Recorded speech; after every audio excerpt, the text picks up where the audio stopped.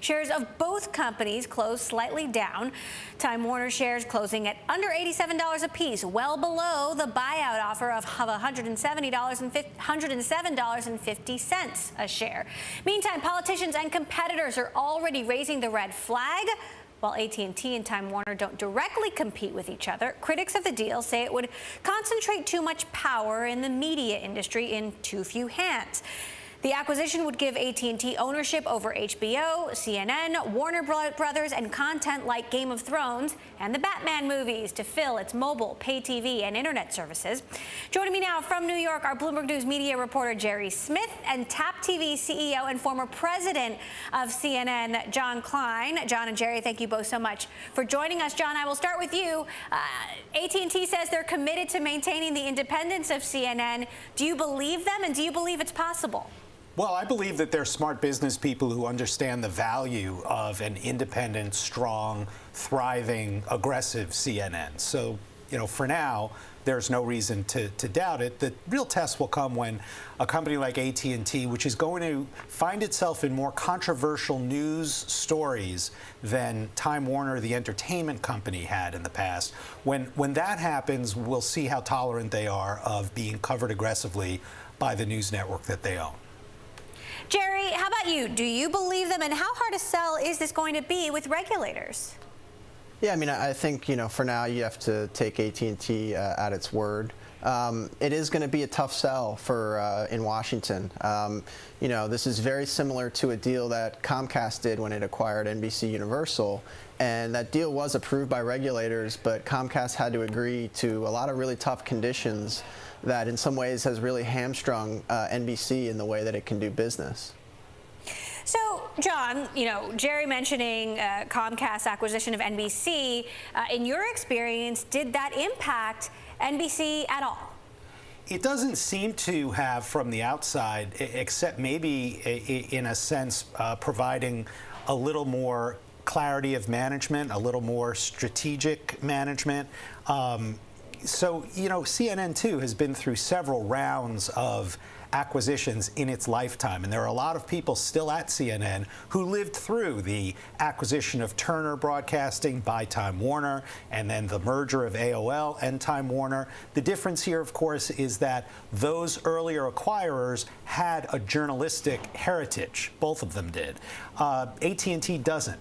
In a strange way, that might help. It might make it easier because this is a vertical integration, not horizontal. There won't be as much fighting over common ground as there would have been, say, if Rupert Murdoch would have succeeded in acquiring Time Warner. Can you imagine, not only Fox News and CNN trying to live together, but FX, cable channel, and TNT or TBS fighting over the pie. So maybe it'll be easier to get along because of that. BTIG analyst Rich Greenfield was on Bloomberg Television earlier today talking about the inefficiencies of big cable companies and why this could be a smart move.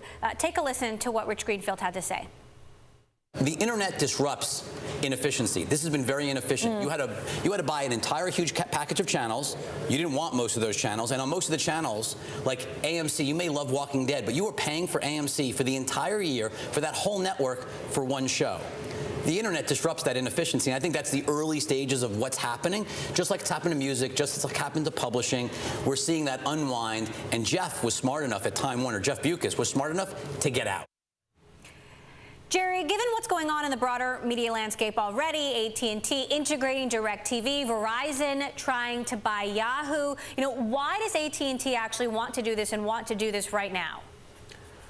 Well, I mean, you can see that the lines between entertainment and telecom and technology are all starting to blur right now. I mean, the big trend happening in the television industry is more and more people are cutting the cord. I mean, the pay TV industry has peaked and it's starting to slowly decline, and that's putting real pressure on both AT&T, which delivers video service through DirecTV, and Time Warner, which makes its money off of, selling both advertising on television and collecting subscriber fees. So, John, do you think that AT&T owning CNN could help CNN in any way? I mean, if you were running CNN right now, what would you be thinking to yourself? Well, there's always the possibility of getting more resources to fund the kind of acquisition or internal development or R&D that is going to be required as the media landscape completely changes. I mean, just in the past 12 months, Facebook and Snapchat have gotten to 20 billion video views delivered per day. That's 4 times what it was a little over a year ago. Where is that number going to be by the time this deal clears regulatory hurdles, right?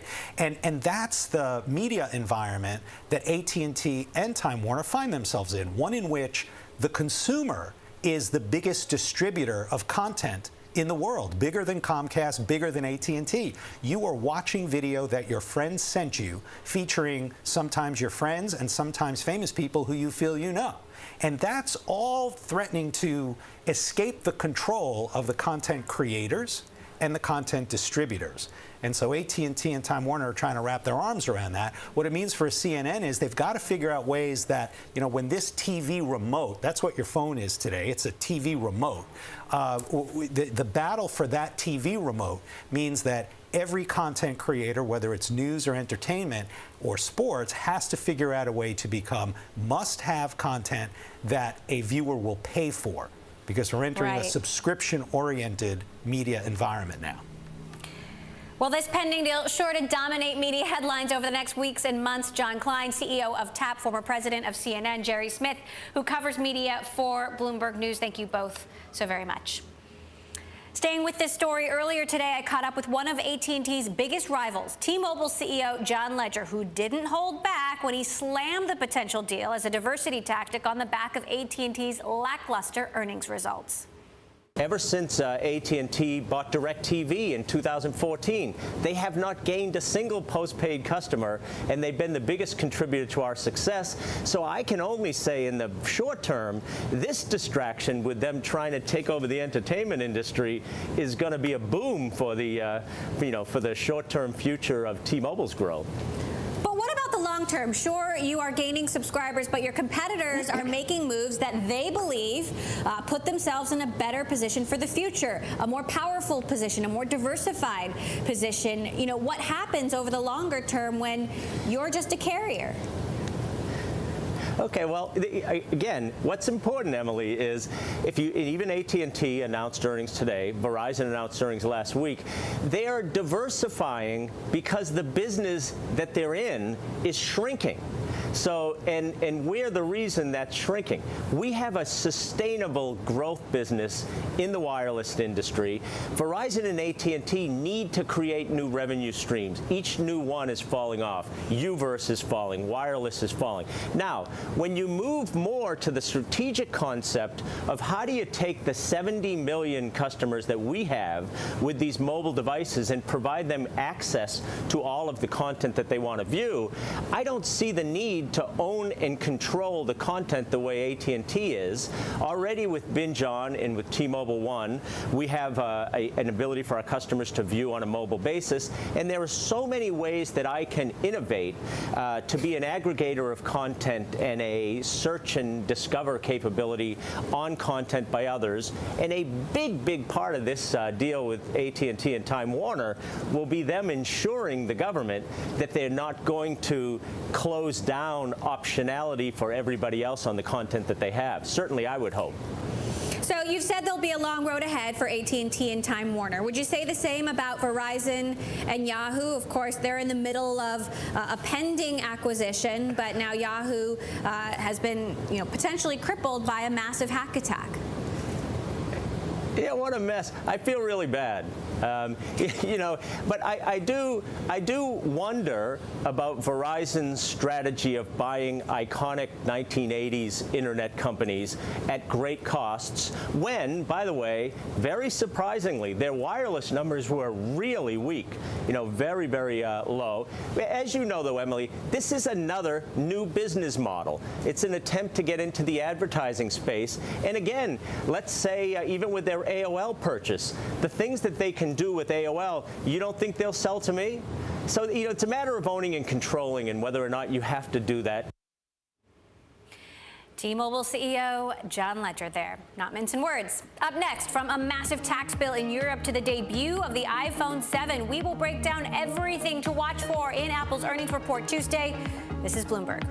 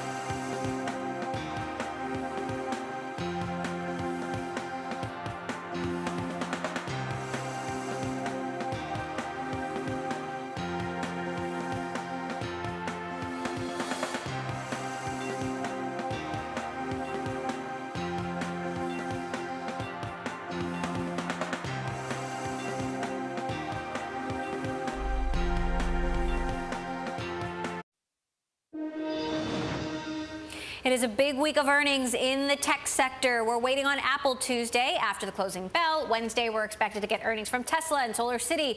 Thursday, we'll be watching for Twitter, which just moved its report to the pre-market, as well as Amazon and Alphabet after the bell. Our Bloomberg executive editor of tech, Tom Giles, with me here now. So let's start with Apple. What are we going to be watching for over the last several weeks? There's been a lot to talk about given the Samsung recall and how Apple could potentially benefit. Right. So the big question is, how did the iPhone 7 do? Remember, this is not a revolutionary phone, evolutionary. So at the beginning, there was a question about, does this have enough whiz-bang features to really get it out of the stores and into people's hands? We talked to analysts who are pretty optimistic about the numbers. 45 million is the estimate that we're hearing. So that's a lot of iPhones. A lot of things happened. Carriers were really backed it. Samsung's woes, they were taking the Note 7 off of shelves, so you had an alternative there, and this is just kind of the end of the cycle for a lot of phones. My iPhone 6 is had it, so I need to upgrade. I'm one of those people. Mine keeps dying too. I missed this quarter, but anyway, so yeah, I think iPhone 7 is going to do very, very well for them, though not enough to get the revenue up. Overall, revenue will still be down a third quarter, although not as much as the last 2 quarters. All right, well, we're going to be watching that one closely. Interesting hearing from John Legere there that he didn't think this would have a big hit, as big a hit on Samsung as some were talking about. Of course, Samsung is they're partners, but it'll be interesting to see how those numbers play out in results. Absolutely. It's a combination of things for Apple this quarter, definitely. Right. Amazon as well, shares up this morning after Goldman Sachs raised its price target, maintaining a buy. They're, that particular analyst is excited about AWS and seeing more progress there. There's a lot of excitement around Amazon. Every other day, it seems someone comes out with 1,000 plus price target. So how much further can this go? Third quarter Amazon, remember, is a big spending, big investment quarter. So you're going to expect margins to get hit. Spencer Soper, our colleague in Seattle, has been running the numbers. We actually might see a widening of margins a little bit, and that is due to, as you said, Amazon Web Services.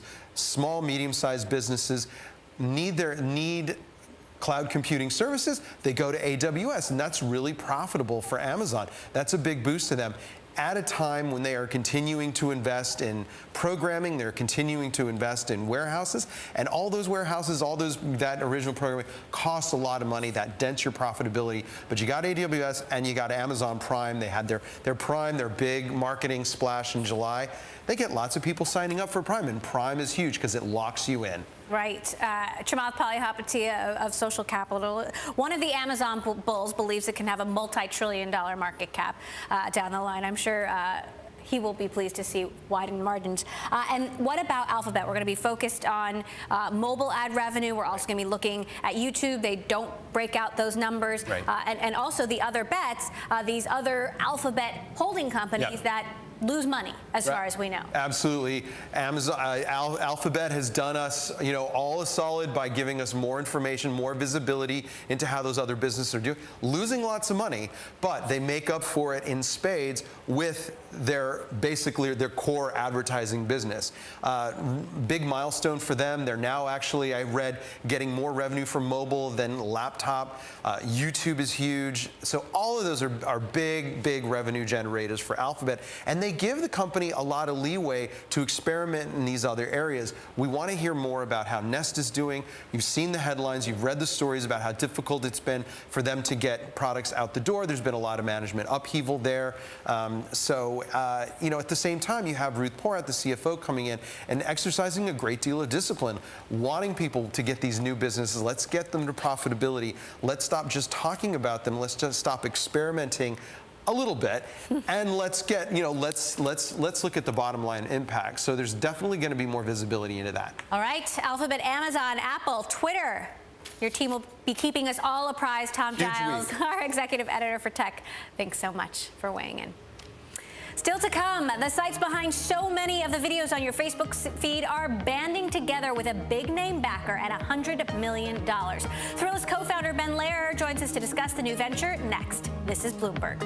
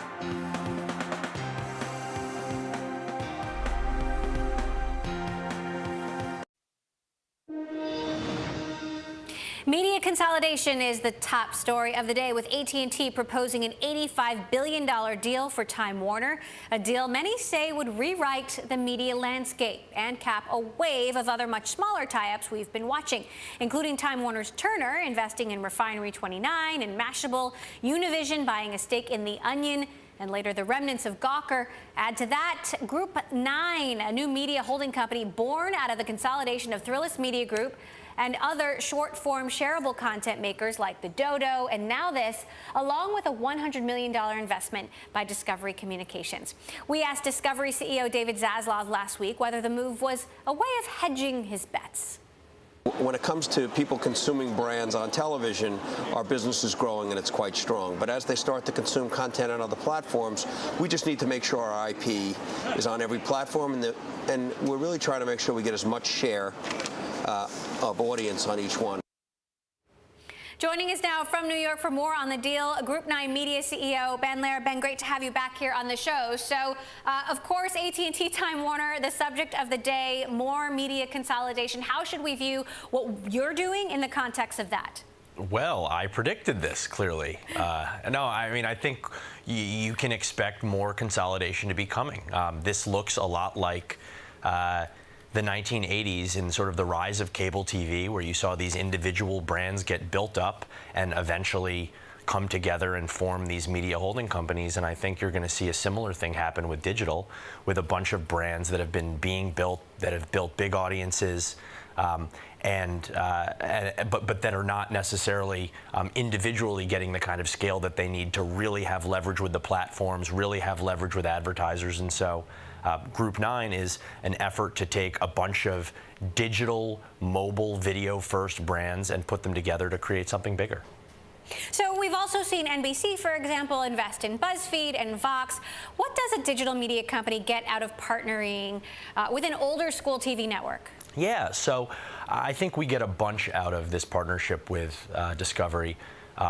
For one, we are going to build an ad sales partnership, and so they've got fantastic relationships with tons of brands that have been buying linear TV for a really long time, and these brands are now coming to them and saying, we don't just want television, but we're also trying to extend these programs into digital, and obviously the digital business is growing quickly. With Group 9, we're really going to be that digital counterpart, where we're actually going to take we're going to build programs that can go from linear to digital, real 360, and I think it's a solution that the market and the partners that we've been working with on the brand side have wanted, but we've never been able to bring to them, and so we're excited about that. And I also think long-form programming is something you're going to see more and more brands get into in the digital space. This is really a video-first business, Group 9, but admittedly, a lot of the stuff that we're creating is shorter form, more built for mobile consumption, and we aspire to be trip-over brands that are living in a bunch of different places. And linear TV, while the bundle is thinning, linear TV is not dead, and there's a bunch of OTT and SVOD options that we could explore, and I think we're going to be pursuing strategies to build longer form content, and Discovery is going to be a great partner to help us understand how to do that and to distribute that content. So do you think digital media companies can survive on their own anymore, with Google and Facebook taking a bigger share of ad dollars? And, you know, should you be diversifying your revenue sources, and to what? Well, so I think you can survive. I think it's hard to find a bunch of scale, and you never know what goes on with the sort of the ebbs and flows of the economy. And I think generally speaking, like, being a brand that's sort of hanging out there, a subscale brand in the digital space, isn't a place you really want to be. And so you want to set yourself up to be able to be self-sustaining, to be able to be capitalized for the future. And that was one of the reasons that we put these brands together. But you know, I do think that there's going to be an increasingly strong advertising play in the digital world. Obviously, Google and Facebook are, it's scary to sort of live in their shadow, but we're moving to a world where advertising is becoming opt-in.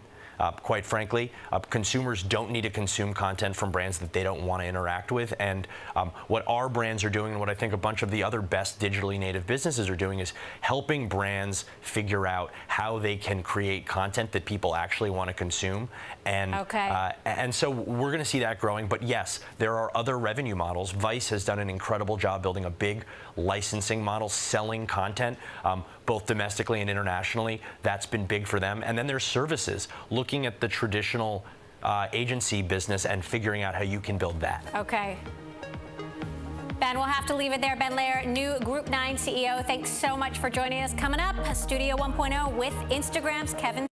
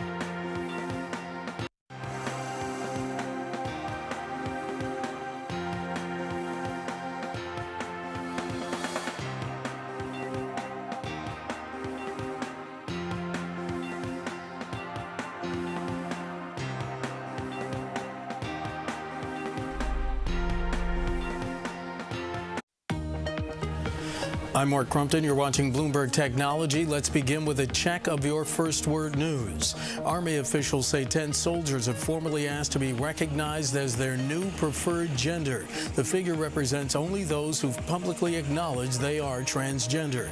The Pentagon's new policy allowing transgender service members to serve openly began October 1st.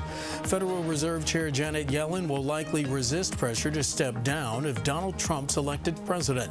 That's according to people who've known and worked with her over the years. Trump has accused Yellen of keeping interest rates low to protect President Obama.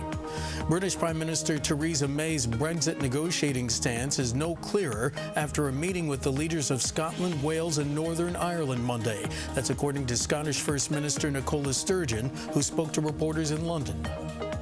Yeah, I don't mind admitting a frustration that I know nothing now about the UK's negotiating strategy that I didn't know before the meeting started. So we need to see a UK government that's prepared to open up and involve us meaningfully. All three governments have expressed concern about economic damage caused by Brexit. European officials are trying to break an impasse over a trade deal between the European Union and Canada. The problem, objections by the French-speaking Wallonia region of Belgium. Belgian officials say the deal would allow multinationals to crush local companies.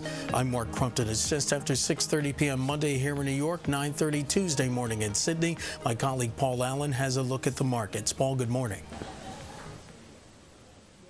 Good morning, Mark. Well, New Zealand's trading again after a public holiday on Mondays, and it's looking pretty good after the first 90 minutes of trade, up a fifth of 1%. ASX futures indicate a flat start, although that's what we were supposed to have on Monday, and the index ended up declining 1% at the open before recovering about half those losses. So let's just wait and see what the day brings here in Australia. Nikkei futures looking positive, however, and that's as the market in Japan waits on the IPO of JR Kyushu. This is a company that operates bullet trains, hotels and restaurants on Japan's third largest island. The IPO valued at $4 billion makes it the third biggest in the world this year. Looks like it's oversubscribed too. JR Kyushu shares up 13% on the grey market ahead of this listing. Take a look at Lotte Group in South Korea as well, due to hold a press conference later today. Could see revival of an IPO plan there as well, worth $4.5 billion. The company looking to turn around its public relations image as well after a series of indictments in June this year. Also out today in Korea, third quarter GDP. I'm Paul Allen in Sydney. More from Bloomberg Technology next.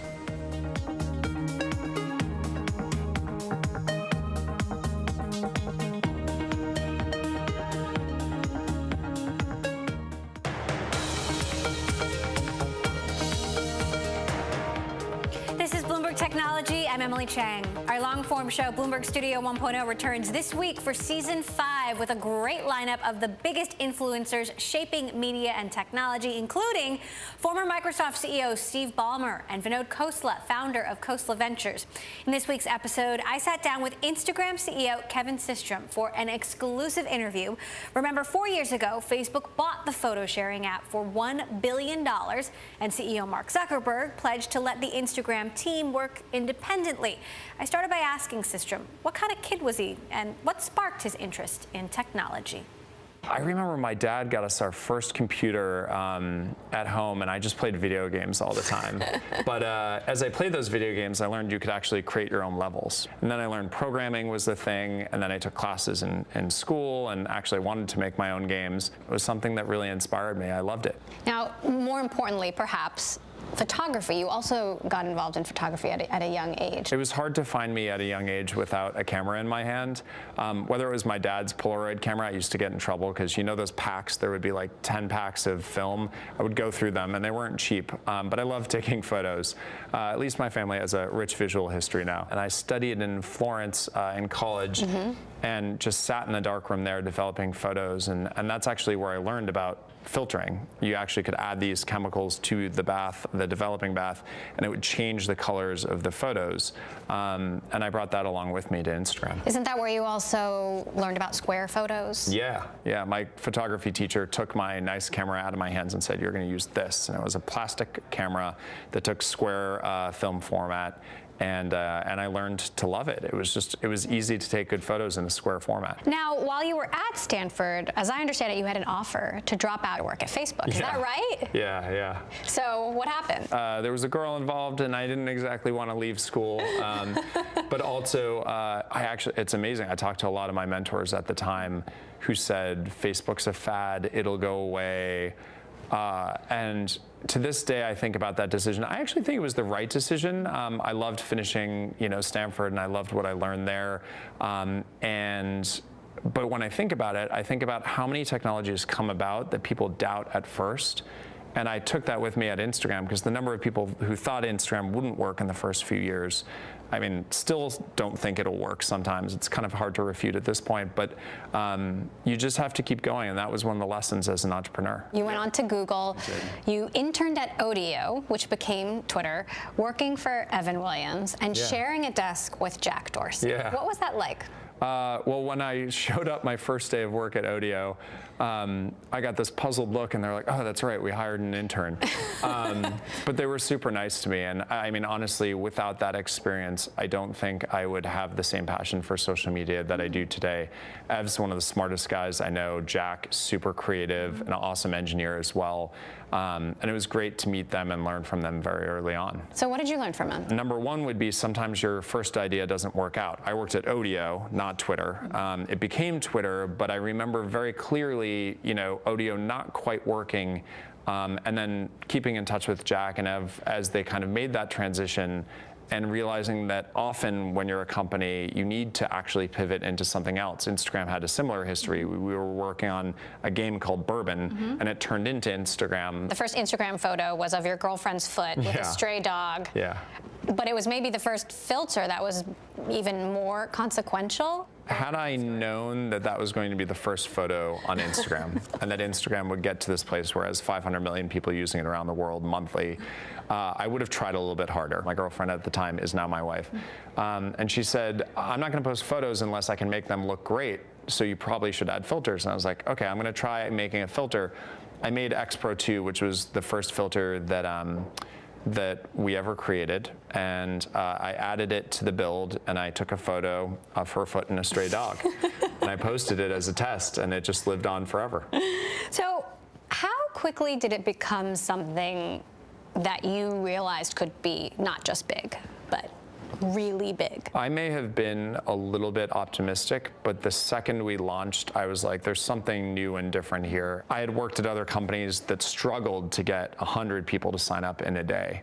And that first morning, or actually that first day, we had 25,000 people sign up. And I remember my eyes were wide. I was like, I've never seen a service grow that quickly day one. The way we saw it, we kind of had lightning in a bottle, and it was our job to capture it and to continue to work on it, not screw it up. And to this day, we think about that as our job, is just keep it going.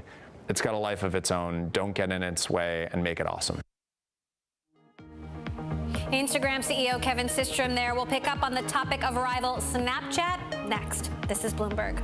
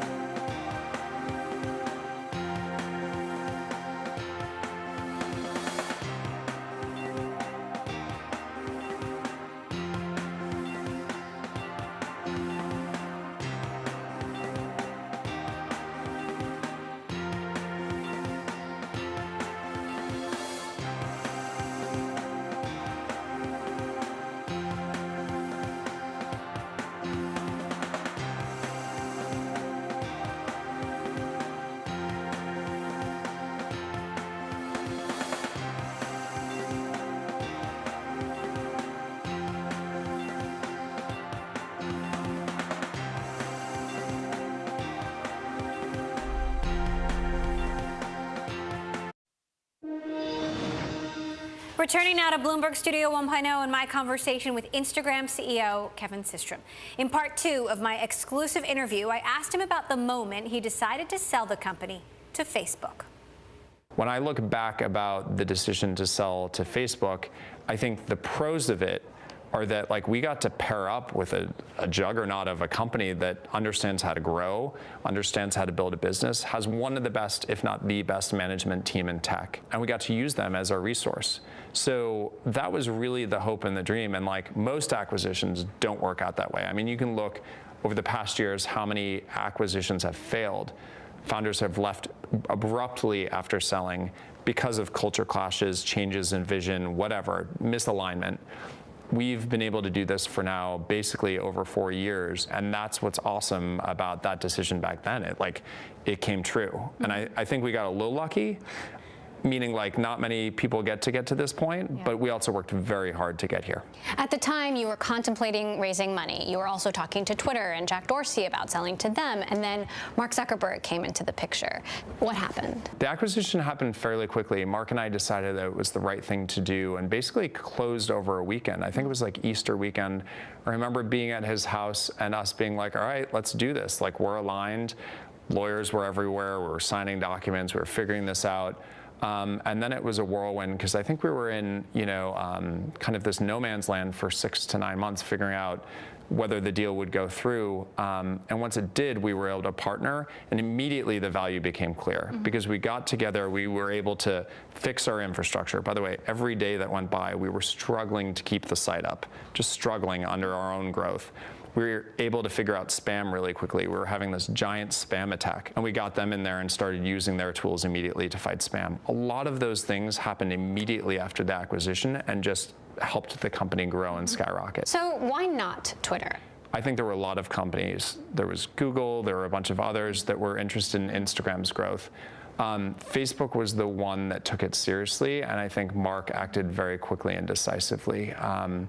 But at the same time, I mean, you look at the pairing now and it just feels native. It feels like it makes sense. So Google was interested in buying you guys too? I think every company at that point was. I don't think it was like Google specifically. It was just like companies were interested in what Instagram was up to. We were a bit of an anomaly because like people would see us and we would be 13 people. But at the same time, we had all this growth and people kind of like couldn't get why those two things could be true at the same time. And I think a lot of people wrote off photos. I think no one quite understood how important photos would be for the future of social media and expression. I mean, if you look at the way people express themselves now, it's not through just chat, it's through like photos and sending them to each other. No one quite understood that was the revolution that Instagram was about to embark on at the time. Facebook bought Instagram for about $1 billion. A year later, Citigroup valued it at $35 billion. In that moment, did you ever think, oh no, what did I just do? No.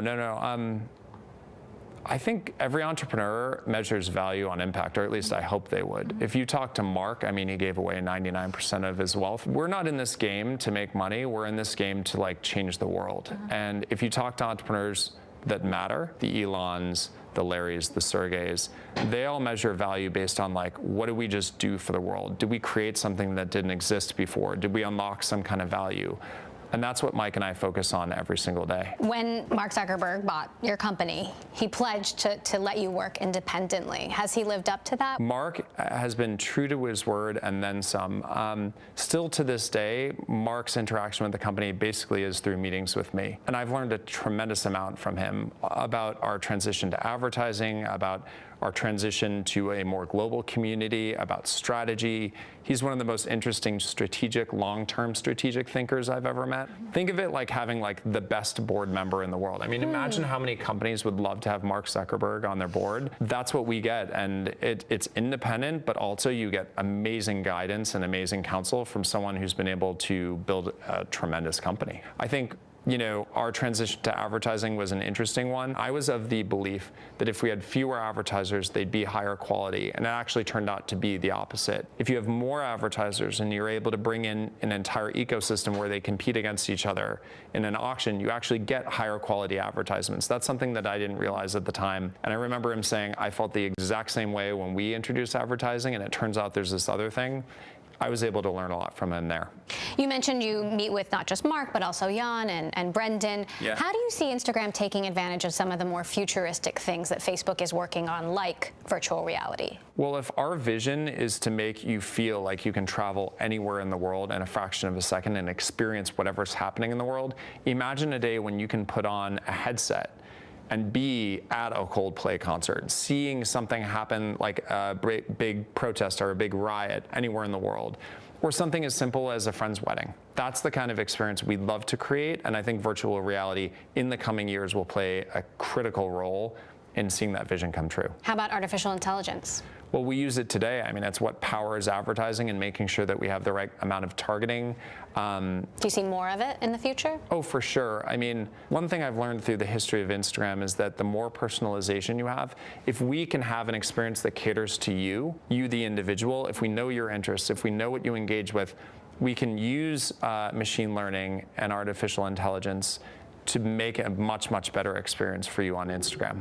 What about e-commerce? Do you think about adding a buy button to Instagram? Are there any plans for that? I'm really excited about the future of e-commerce on Instagram. Where we start and where we end are two very different places. I mean, we effectively have a buy button right now. It doesn't complete the transaction on Instagram, and I think that's okay.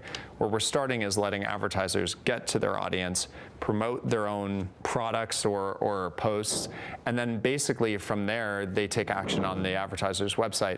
If we can make that more seamless in the future, of course we will. It's just we're starting to walk before we run. Who do you view as competition?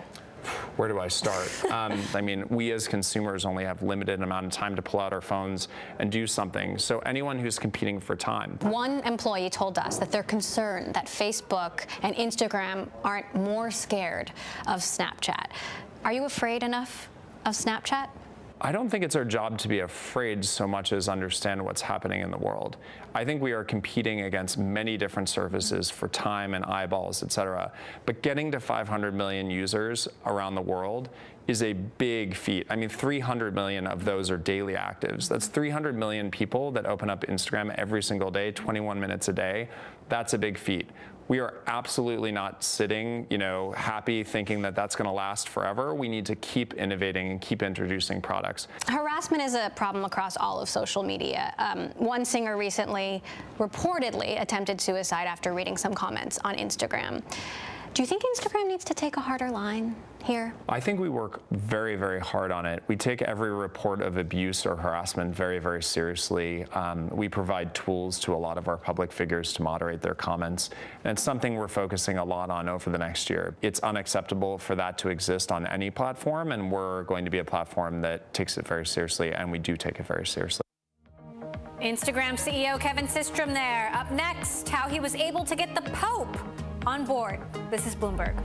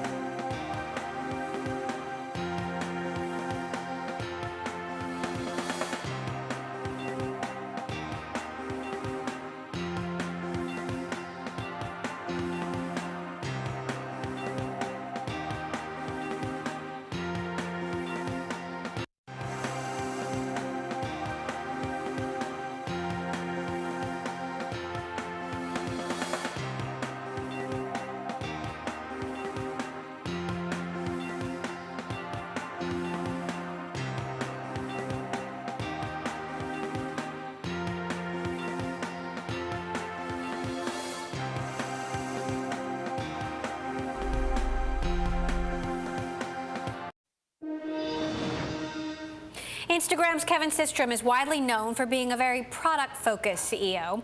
In part 3 of our conversation, he explains how he hired Twitter's former product chief, Kevin Weil.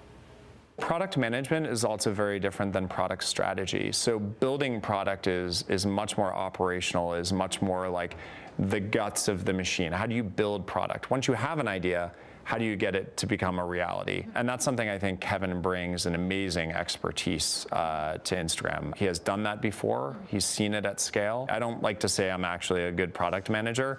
I think the team will attest, but I love thinking strategically. So when you combine Kevin's personality and expertise and my personality and my expertise, not only do you get two Kevins, but you also get a great pair that I think is kind of like a yin and a yang of the product process. I noticed you haven't used your Twitter handle much recently. You have a very simple Twitter handle at Kevin since you got there so early. Yeah.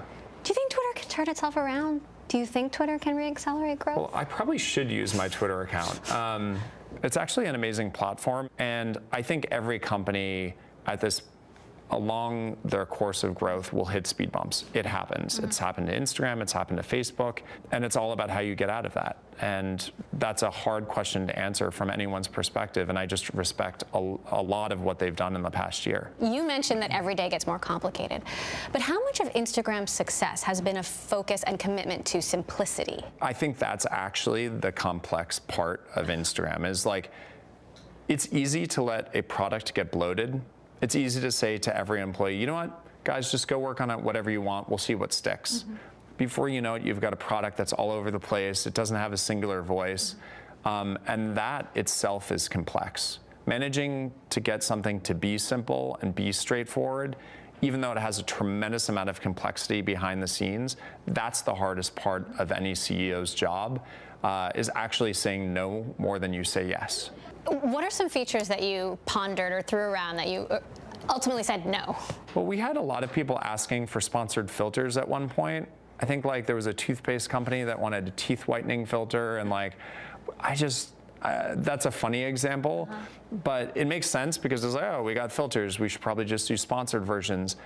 We focused on simplicity and doing the right thing by the consumer, which is like to not make them so commercial, make them great, and focus on what people love most about them. There are decisions like that every day that are like easy, you can make a few bucks probably by doing them, but they end up adding complexity to the product, and it doesn't actually add a lot to your bottom line either. You redesigned your logo, which some people did not like. Ooh, really? Adweek called it a travesty. Oh, yeah. What did you learn from that? I knew going into it that it would be a difficult change. There's not a single company I've seen, whether you're Starbucks or Gap, right, like that has changed their logo and it has been easy. There's not a single company. I think the question is, how much work have you put into it before you get there? How much resolve do you have? Are you doing it for the right reasons? What we wanted to do was give people an idea that we weren't just about photography. We were more general than that. We were about creativity, thus the colors, thus the simplicity. We wanted something that would scale across different mediums, that would look great on a phone, great on a t-shirt, great on a billboard, great anywhere. Our current logo, or at least the one that we had, wouldn't do that. As much as I love it because I had a heavy hand in designing it, right? The current one I didn't have a heavy hand in other than helping the team along. We have an amazing design team that thought through all these things. They did this awesome presentation of the evolution of brands throughout time. And what you see with every brand is that it goes from being complex to simpler and simpler and simpler to iconic. You can do that with Apple, AT&T, you name it, the big brands, they do this. We just skipped a few parts. And that's okay, because it's going to be hard. What did I learn? It's hard. What did I also learn? It's going to be okay. Your timeline is now algorithmic as opposed to reverse chronological. Some people also didn't like that.